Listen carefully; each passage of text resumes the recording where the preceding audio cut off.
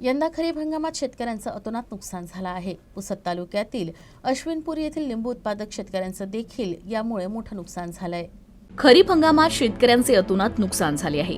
पुसद तालुक्यातील अश्विनपूर येथील एका शेतकऱ्यानं या संकटातून बाहेर निघण्यासाठी 5 एकरात लिंबू आणि करवंदाची झाडे लावली होती। झाडाला लिंबू लागत असताना अवकाळी पावसानं हजेरी लावली। या पावसामुळे झाडाला लागलेल्या लिंबाची फळगळ झाली।